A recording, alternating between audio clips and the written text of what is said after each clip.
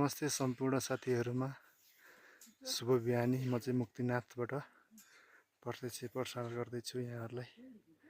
तपाईहरु पनि घुम्न आउन सक्नुहुनेछ। पर पर्सन 10,000 मा।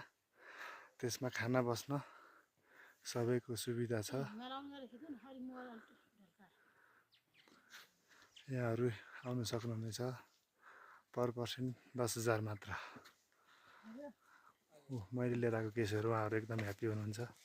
हिँड्दै हुनुहुन्छ उहाँहरु। अहिले चाहिँ घोडा हिँड्ने समय नभएर हिँड्नु परेको छ। हिँड्नमा अलि गाह्रो भइरहेछ उहाँहरुलाई चाहिँ। हामी यङ जेनेरेसनलाई चाहिँ खासै समस्या पर्दैन। बुढाबुढीहरुलाई चाहिँ अलि ब्रिथिङको प्रब्लम आउँछ। सासहरु बढ्ने, हिँड्नलाई गाह्रो हुने। ल्याएर दिन पनि उलाई नै अलिअलि गाह्रो भइरहेको थियो। अहिले चाहिँ हिँडिरहेछ। जम्मा 200 हैन 321 सिडी हो।